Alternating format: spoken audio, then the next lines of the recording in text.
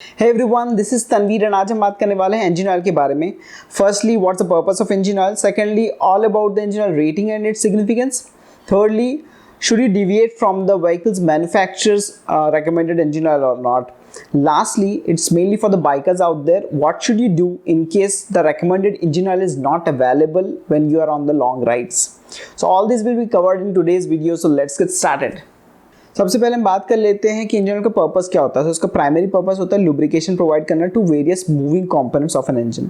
इसके साथ ही वो हेल्प करता है इंजन का टेम्परेचर भी कंट्रोल रखने में, बिकॉज जब भी इंजन ऑयल सर्कुलेट होता है for lubrication purpose it also absorbs the heat from the engine components, keeping it under check, the temperature of engine under check. Right, so ये दो मेन पर्पस होता है इंजन ऑयल का, to provide the lubrication and keep the engine temperature under check. Okay, अब बात कर लेते हैं इंजन ऑयल रेटिंग के बारे में. सो आपने जब भी इंजन ऑयल कहीं पे लिखा हुआ देखा होगा तो साथ में उसके रेटिंग भी ज़रूर लिखी जाती है. 10W40 हो गया, जैसे 15W30 हो गया, या फिर ऐसे ही 40 हो गया. इस तरह की कुछ ना कुछ रेटिंग ज़रूर लिखी जाती है इंजन ऑयल के साथ में. सो ये रेटिंग को रीड कैसे करते हैं एंड ये डिनोट क्या करता है, ये अब हम समझ लेते हैं. सो सबसे पहले जो इंजन ऑयल की रेटिंग होती है वो दो तरह की होती है मेनली, एक मोनोग्रेड रेटिंग, दूसरा मल्टीग्रेड रेटिंग. राइट, मोनोग्रेड रेटिंग क्या, जिसमें कि आपको एक ही ग्रेड का पर्टिकुलर इंजन ऑयल होता है तो उसको मोनोग्रेड रेट किया जाता है. जैसे कि एक इंजन ऑयल ऐसे ही 40 रेटेड है. इसका मतलब क्या होता है कि ये पर्टिकुलर ऑयल जो है वो हायर टेम्परेचर्स पे ये ऑयल अपनी विस्कोसिटी 40 मेंटेन करके रख सकता है. यानी कि क्या विस्कोसिटी मतलब क्या, जो ऑयल की थिकनेस है और जो स्टिकीनेस है वो 40 यानी अच्छी रह सकती है एट हायर टेम्परेचर्स. ठीक है, तो ये ऐसे ही 40 मतलब ये जो पर्टिकुलर इंजन ऑयल है ये हायर टेम्परेचर्स ऑपरेटिंग टेम्परेचर पे अच्छा परफॉर्म करेगा, लुब्रिकेशन का काम अच्छा करेगा. ठीक है, वहीं अगर आप दूसरा मोनोग्रेड रेटिंग की बात करें तो जैसे कि आपका हो जाता है ऐसे ही 10W. तो इसका मतलब क्या, ये पर्टिकुलर जो ऑयल है वो हमारे 10W यानी कि W यहाँ डिनोट करता है विंटर यानी कि कोल्ड टेम्परेचर्स पे. तो कोल्ड टेम्परेचर पे इस पर्टिकुलर ऑयल की विस्कोसिटी 10 मेंटेन रह सकती है, यानी कि ये थिन फॉर्म में रह सकता है in cold temperatures which will help an engine in cold starts. Right, so ये हो गया मोनोग्रेड इंजन ऑयल जो सिंगल रेटेड होता है. अब आता है मल्टीग्रेड इंजन ऑयल, जिसमें actually we are interested because यही मल्टीग्रेड इंजन ऑयल ही आप देखेंगे ज़्यादातर आजकल के व्हीकल में जो रिकमेंडेड होते हैं. जैसे कि 10W40, 15W30 जो है ये मल्टीग्रेड रेटेड ऑयल्स हैं. अब इसमें 10W40 को एग्जांपल लेते हैं तो इसमें 10W क्या डिनोट करता है कि जैसे आपको बताया मैंने, W is nothing but winter.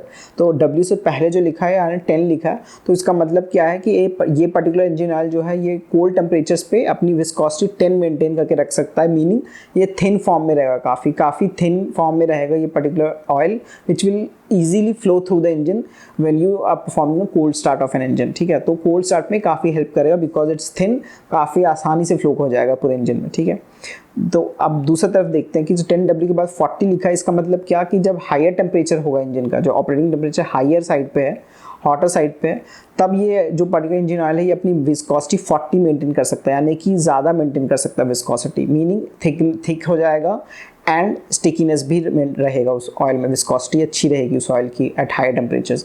उससे क्या होगा, आपका जो इंजन के कंपोनेंट्स को लुब्रिकेशन जो है वो अच्छा दे पाएगा at higher temperatures as well. So ये मल्टीग्रेडेड रेटेड ऑयल्स होते हैं बेसिकली, यानी कि ये दो टेम्परेचर जोन्स में ऑपरेट कर सकते हैं बड़े आसानी से, चाहे वो कोल्ड टेम्परेचर हो चाहे हॉट टेम्परेचर्स हो.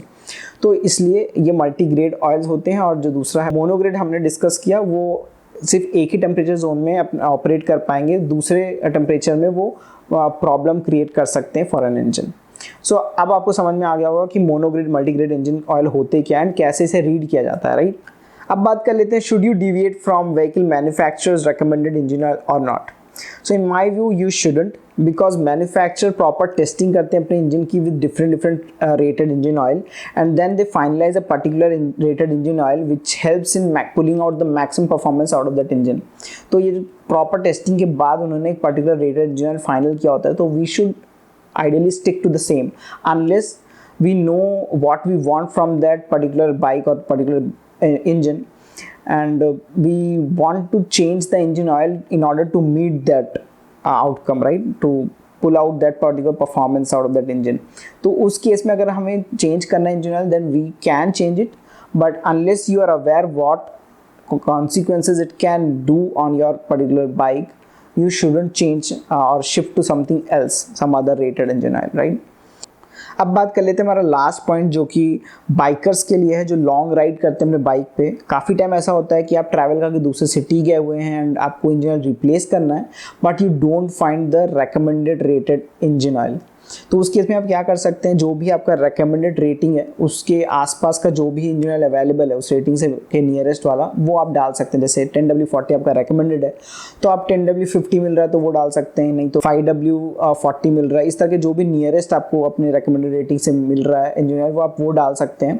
बट मेक श्योर जब भी आप अपने होम सिटी वापस आ गए हैं तो आप पूरा रिमूव करके आप रेकमेंडेड रेटेड इंजन ऑयल वापस से फिलअप कर दें इंजन में। So that's it guys for this video. अगर आपके कोई सवाल है इंजन ऑयल से, इंजन ऑयल रेटिंग रिलेटेड, आप नीचे कमेंट करके पूछ सकते हैं। एंड पसंद आया वीडियो तो like share and subscribe to my channel. Thank you, bye bye.